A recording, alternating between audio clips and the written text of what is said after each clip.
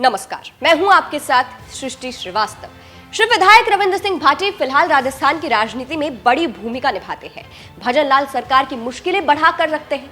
भाटी अपने बेबाकी के लिए जाने जाते हैं, लेकिन एक वक्त ऐसा भी था जब भाटी अपने एक दोस्त की वजह से चुनाव हार गए थे। जी हां, लोकसभा चुनाव में भाटी को हार अपने एक दोस्त की वजह से मिली थी, अशोक गोदारा। यह नाम एक वक्त में भाटी के चेहरे पर मुस्कान लाता था, लेकिन आज इस नाम से भाटी के जख्म हरे हो सकते हैं। अंदर की बात तो यही है कि विधानसभा चुनाव के दौरान अशोक गोदारा ने भाटी का साथ दिया था, इसीलिए वो चुनाव जीत गए थे। लेकिन लोकसभा में बाड़मेर जैसलमेर सीट से भाटी हार गए और वजह बताए गए अशोक गोदारा। अशोक गोदारा और भाटी की दोस्ती।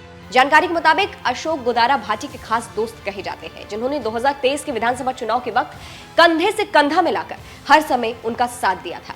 कहा गया उनकी वजह से भाटी को जीत मिली, लेकिन अब ये दोस्ती नहीं रही क्योंकि लोकसभा चुनाव में अशोक गोदारा ने साथ नहीं दिया था। बाड़मेर जैसलमेर लोकसभा सीट पर निर्दलीय उम्मीदवार रविंद्र सिंह भाटी के चुनावी मैदान में उतरने से मुकाबला त्रिकोणीय हो गया था। उस वक्त बीजेपी की तरफ से कैलाश चौधरी थे और कांग्रेस की तरफ से उम्मेदाराम बेनीवाल। लोकसभा चुनाव के वक्त भाटी के दोस्त भाजपा की तरफ चले गए और कैलाश चौधरी के लिए चुनाव प्रचार में जुट गए। हालांकि चुनाव में कैलाश चौधरी भी नहीं जीत पाए, कांग्रेस के उम्मीदवार बेनीवाल जीत गए थे। लेकिन कहा जाने लगा कि भाटी अपनी दोस्ती की वजह से हार गए। अशोक गोदारा बीजेपी के साथ चले गए, इसीलिए भाटी को लोकसभा चुनाव में जीत नहीं मिली। ये खबरें अंदर की बताई जा रही है। अशोक गोदारा ने क्या कहा? उस वक्त अशोक गोदारा ने क्या कहा था, यह भी आपको बताते हैं। द पत्रिका की एक रिपोर्ट के मुताबिक रविंद्र सिंह भाटी और अशोक गोदारा के बीच आई दरार को लेकर जब उनसे उस वक्त पूछा गया था, तो उन्होंने कहा था, जब पति पत्नी की अलग पार्टी हो सकती है तो दोनों की क्यों नहीं, बस विचारधारा की बात है। मेरे एक भाई कांग्रेस, तो मैं खुद भाजपा से हूँ, और एक भाई रविंद्र भाटी और एक भाई रविंद्र सिंह निर्दलीय है। आगे उन्होंने कहा था, मेरा उनसे कोई मनमुटाव नहीं है, मैंने कौन सी उनसे विधायकी मांग ली, वो विधायक है और विधायक रहेंगे।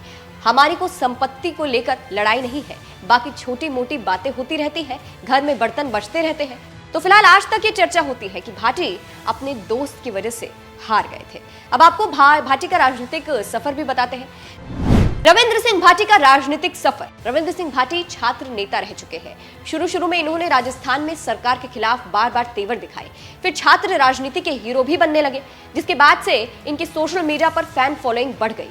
फिर रविंद्र भाटी छात्र राजनीति में देश के चर्चित चेहरों में आ गए। फिर 26 साल के भाटी अपने गांव दुधोड़ा की विधानसभा शिफ्ट पहुंच गए और यहां से विधानसभा 2023 का चुनाव लड़ने की ठान ली। बीजेपी ने इन्हें वैल्यू नहीं दी, जिसके बाद इन्होंने बीजेपी का साथ छोड़ दिया। फिर 2023 के विधानसभा चुनाव में निर्दलीय ही चुनाव जीता। 2024 में सांसद बनना चाहते थे, लेकिन हार गए। तो फिलहाल जिस तरह से चर्चा है कि रविंद्र सिंह भाटी अपने दोस्त की वजह से हार गए, उस पर आपकी क्या राय है? इस खबर पर कमेंट करके जरूर बताइएगा।